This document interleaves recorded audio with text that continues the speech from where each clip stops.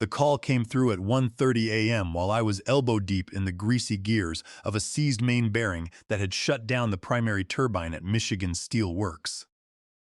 My phone buzzed aggressively against my thigh, vibrating through my heavy denim coveralls. I ignored it at first.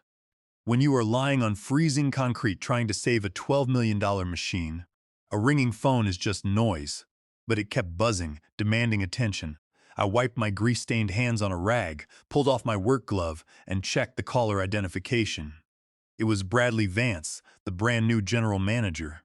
He was 34 years old, fresh out of an expensive business school, and had been at our facility for exactly 8 months.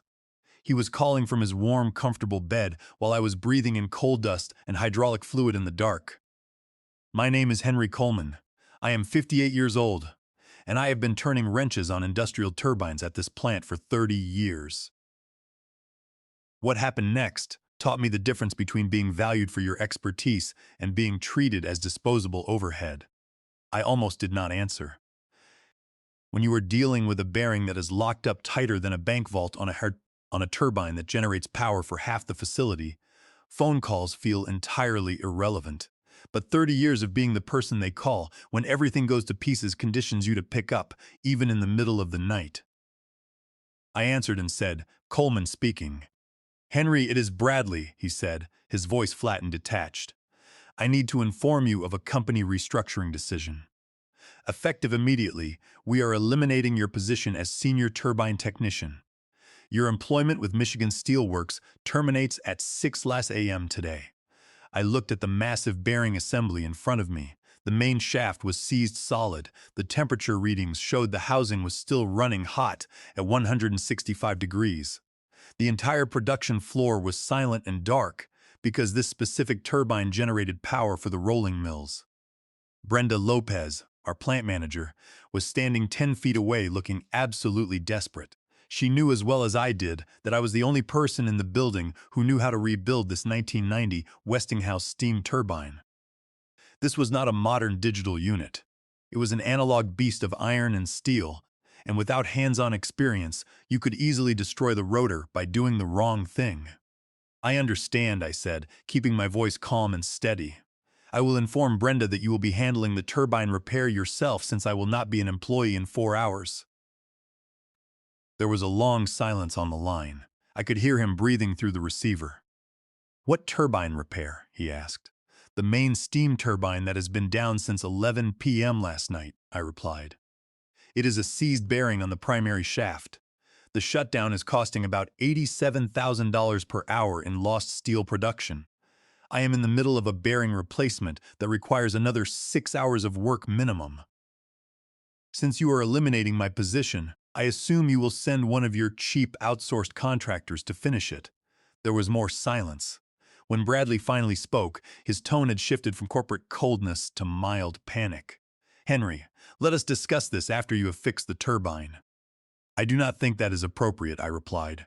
"You just terminated my employment effective at 6 a.m. It is now 1:37 a.m. That gives me exactly 4 hours and 23 minutes left as an employee. After 6 a.m., I cannot legally work on company equipment." "Wait, Henry," he started, but I hung up. I looked up at Brenda. She had heard enough of my side of the conversation to know exactly what had happened. "They fired you?" she asked, her voice cracking. "Right now, while you are fixing the main turbine?" "That is what Bradley said," I told her. "Effective at 6 a.m., I am no longer employed here." Brenda's face went completely white. "But you are the only person who knows how to service this Westinghouse unit. What happens to our production lines?" I shrugged. "That is an excellent question for Bradley Vance. To understand why this was the most expensive mistake Bradley ever made, you have to understand who I am. I started at Michigan Steel Works in 1996, fresh out of 8 years in the Marines. The military taught me that mechanical reliability keeps people alive. I carried that mindset into my civilian career. Michigan Steel manufactures structural steel for construction projects across the Great Lakes region.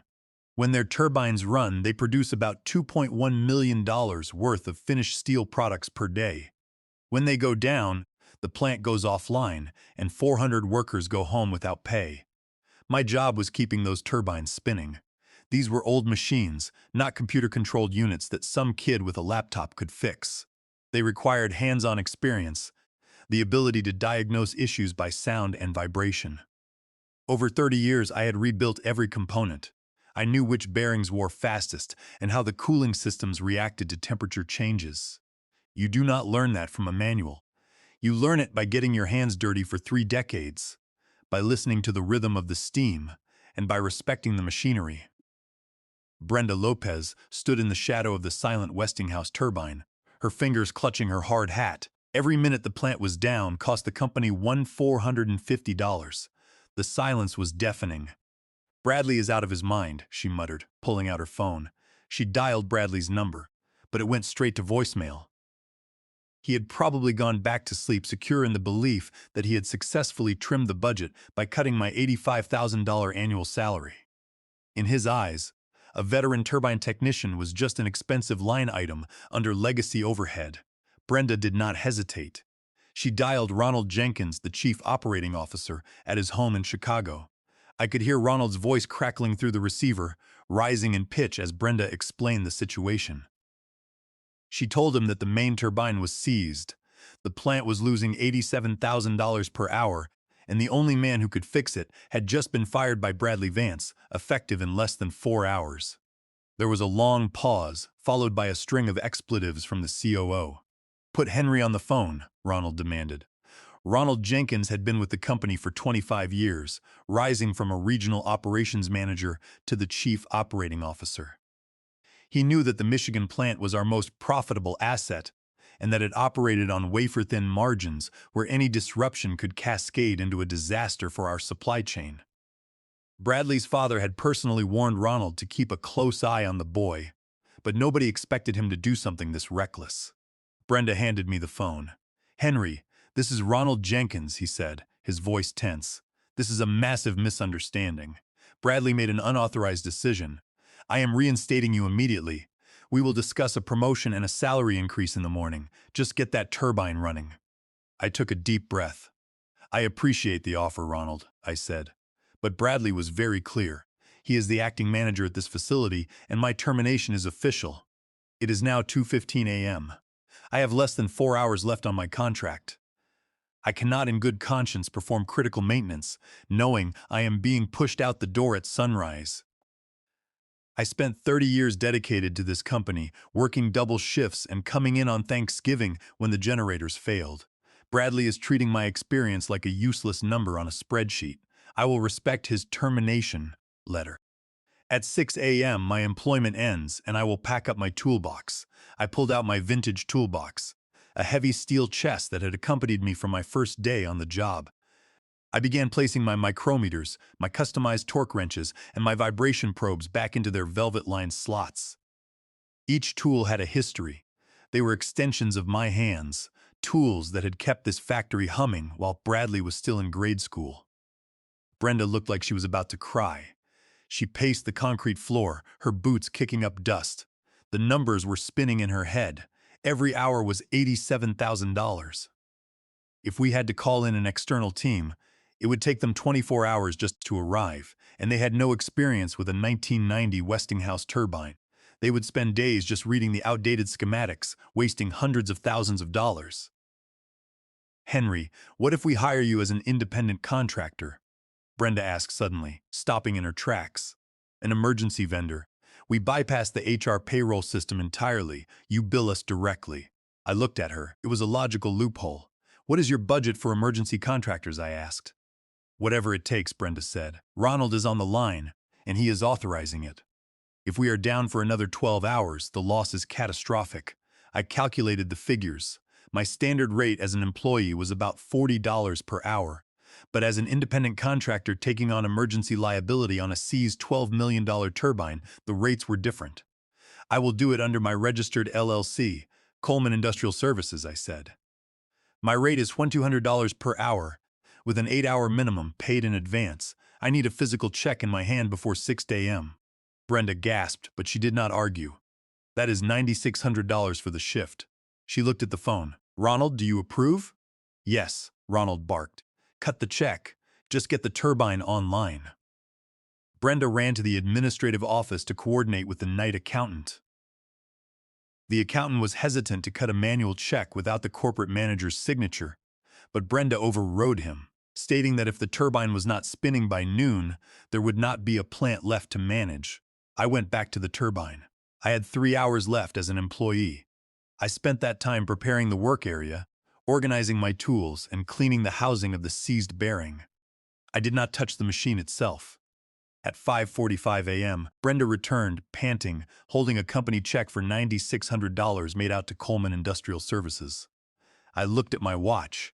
At 6:00 a.m. sharp, I walked out to my truck, put away my employee badge, and signed the vendor agreement Brenda had printed out. At 6:05 a.m., I walked back into the plant as an independent contractor. I was now earning more in 8 hours than I previously earned in 6 weeks as an employee. I picked up my hydraulic puller and went to work on the seized bearing. Replacing a main shaft bearing on a 1990 Westinghouse steam turbine is a delicate operation. You cannot rush it, no matter how much money the company is losing. The first step was to secure the crane rigging. The turbine rotor weighs several tons, and lifting it even a fraction of an inch requires absolute precision. I set up the dial indicators to monitor any deflection. If the shaft bent even a hair, the turbine would be permanently ruined. I carefully engaged the overhead crane, lifting the shaft just enough to slide out the lower half of the bearing shell. Oscar Flores, the night supervisor, held the flashlight steady while I worked. I set up my hydraulic puller and attached it to the bearing collar. The pressure gauge climbed as the pump worked, building force against the seized metal. With a loud metallic pop, the bearing finally broke free from the shaft. I checked the shaft surface under my flashlight. Thankfully, the metal was clean. If the bearing had seized harder, it could have scored the shaft, which would have required sending it to a specialized machine shop in Detroit, pushing the downtime from hours to weeks. The new bearing, which had arrived via an emergency courier service at 4:30 a.m., was sitting in its crate. I unpacked the assembly and inspected the clearances. I used feeler gauges to check the radial clearance between the shaft and the new sleeve. It measured exactly 0.03 inches, which was perfect for this model. Next came the reassembly. We lowered the shaft back onto the new bearing.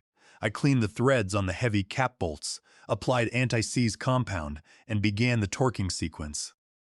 On these older Westinghouse units, you cannot just tighten them randomly. The cap bolts must be torqued to exactly 450 foot-pounds in a specific cross-pattern sequence. If you torque them unevenly, the housing will warp slightly, creating a tiny misalignment that will destroy the new bearing within 6 months. It is a slow, methodical process that requires physical strength and concentration. I worked steadily, ignoring the sweat dripping into my eyes. Brenda stayed nearby, bringing me a cup of black coffee and checking the progress. By 10:00 a.m., the mechanical assembly was complete. But you cannot just turn the steam on and let it spin. First, the lubrication system has to be prepared. We had to run the auxiliary pumps to circulate the 500 gallons of turbine oil in the reservoir through the heaters until the temperature stabilized at 120 degrees Fahrenheit. The steam pipes were cold, and introducing steam without hot oil would cause thermal shock, warping the turbine casing and cracking the seals. It took 45 minutes for the oil to reach the required temperature. I checked the steam pressure gauges at the main manifold. The inlet pressure was holding at 950 psi, and the steam temperature was a steady 850 degrees Fahrenheit. I monitored the condensate return lines to ensure that no water was backing up into the turbine blades, which could cause a catastrophic blade strike. The cooling water flow through the main condenser was running at 15,000 gallons per minute, keeping the back pressure exactly where it belonged. It was a beautiful sight to see all these systems working in harmony again. During the wait, my phone rang. The caller ID showed Bradley Vance's office number. I did not answer. He called again 5 minutes later. I let it go to voicemail. I was an independent contractor now, and my agreement was with Brenda and Ronald Jenkins. I did not owe Bradley any explanations. At 11:15 a.m., I began the startup sequence. I engaged the turning gear, which rotates the turbine shaft slowly at 30 revolutions per minute to ensure there is no binding. The shaft turned smoothly, the vibration sensors reading flat lines. Next, I opened the primary steam valve by small increments. The turbine began to hum, a deep, powerful vibration that resonated through the concrete floor. I monitored the vibration meters as the speed climbed to 3,600 revolutions per minute. The vibration stayed at 1.8 milliseconds, which was even lower than the turbine's historical average. The temperature on the main bearing housing stabilized at 130 degrees Fahrenheit, well within safe limits. By noon, the turbine was synchronized with the electrical grid, and the rolling mills were brought back online. The hum of production returned to Michigan Steel Works. Total downtime was exactly 13 hours, resulting in $1,131 in lost production.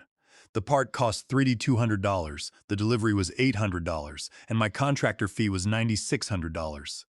Brenda looked at the control monitors with immense relief. "Henry, you saved this plant," she said. "I appreciate it, Brenda," I replied, packing my tools into my chest. "I will email you the formal technical report and the maintenance recommendations by tomorrow morning." As I walked out to my truck, my phone buzzed again. This time it was Ronald Jenkins, I answered. "Henry, thank you for getting us back online," Ronald said. "The board is meeting this afternoon. We want to discuss bringing you back as our director of maintenance. We will match your contractor rate in a salary package." I smiled as I turned the key in my ignition. "I appreciate the offer, Ronald," I said, "but I think I prefer being a contractor. I made $9,600 today, and I think there are other plants in the region that need my services. Let us keep it as a vendor relationship for now. Word travels fast in the industrial corridor of the Midwest." Plant managers are a tight-knit community. They talk to each other at trade shows and industry meetings. Within 2 days of the Michigan Steel Works incident, I received a call from Gerald Higgins, the plant manager at a manufacturing facility in Toledo, Ohio. He had heard about the Westinghouse turbine repair and wanted to know if I could look at a 1988 General Electric turbine that had been vibrating badly for weeks. Their regular maintenance contractor had suggested a full rotor replacement, which would cost $300,000 and take 3 weeks. I drove down to Toledo the next day. Gerald's GE turbine was vibrating at a dangerous 7.2 milliseconds. When I arrived, I set up my dial indicators on the coupling between the turbine and the generator. I found that the rotor was actually perfectly straight. The problem was a broken foundation bolt beneath the gearbox, which allowed the housing to shift under load. The cracked grout under the base plate had degraded over years of operations, letting the anchor bolt pull loose. We jacked up the gearbox, chipped out the old concrete, poured a fresh high-strength epoxy grout, and installed a new anchor bolt. The epoxy grout required 4 hours to cure to its full strength.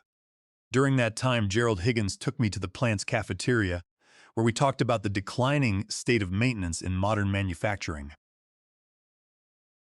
He lamented that the corporate office was constantly trying to cut costs by reducing preventative maintenance schedules, which always resulted in more expensive emergency breakdowns.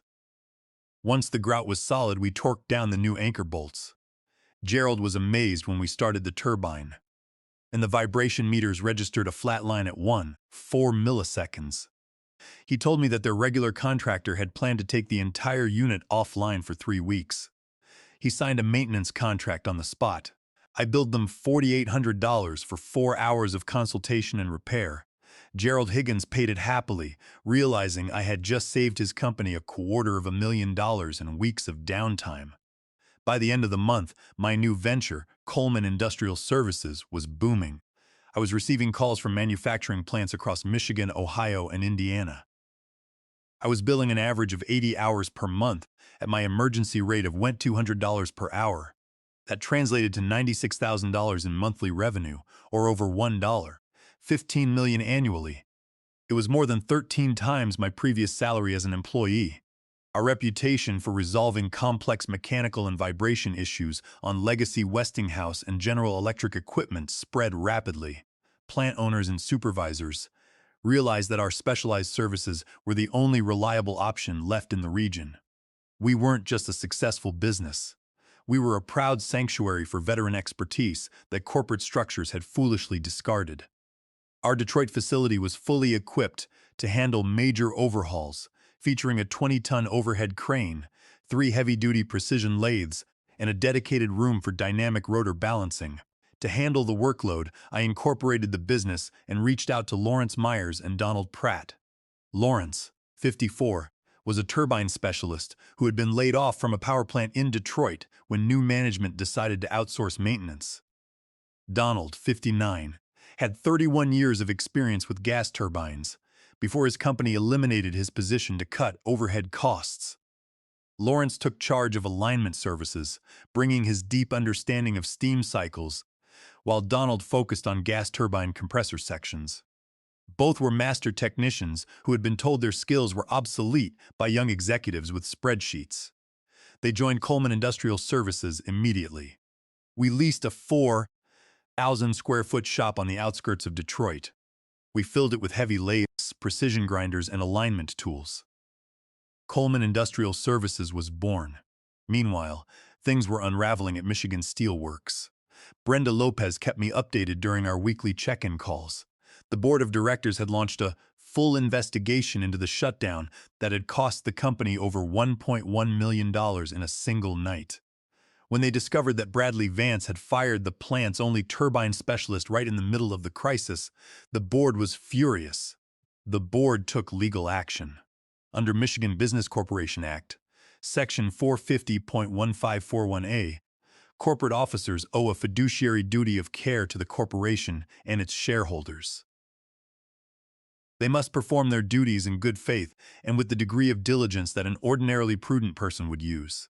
Firing the sole specialist during an active emergency repair, without any backup plan or qualified replacement, was deemed gross negligence and a breach of fiduciary duty. The board filed a civil lawsuit against Bradley Vance for breach of fiduciary duty, seeking to hold him personally liable for the financial damages caused by the extended shutdown and subsequent high contractor fees. At the same time, my attorney filed a formal legal demand against Michigan Steel Works under the Michigan Elliott-Larsen Civil Rights Act, citing age discrimination. We had obtained internal emails where Bradley Vance explicitly outlined a strategy to eliminate older, higher-paid technicians, specifically targeting those over 50, in order to replace them with cheap outsourced contracts. He had created a spreadsheet titled Legacy Overhead Reduction, listing only older workers. The evidence of systematic discrimination was undeniable. To avoid a public trial and a potential class action lawsuit from other laid-off workers, the company's legal team settled out of court, paying me a settlement of $150,000. Bradley's attempt to save a few $1,000s on my salary had ended up costing the corporation millions in legal liabilities. And lost production. 3 months after my termination, Brenda Lopez called me with the final news. Bradley Vance had been officially terminated by the board of directors, effective immediately. The board's audit revealed that Bradley's cost-cutting measures had resulted in over $2 million in direct losses and legal expenses over his 8-month tenure.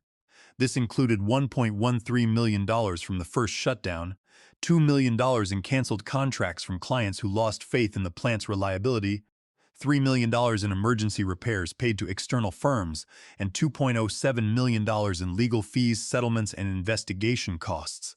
The board realized that cutting experienced staff was a financial disaster.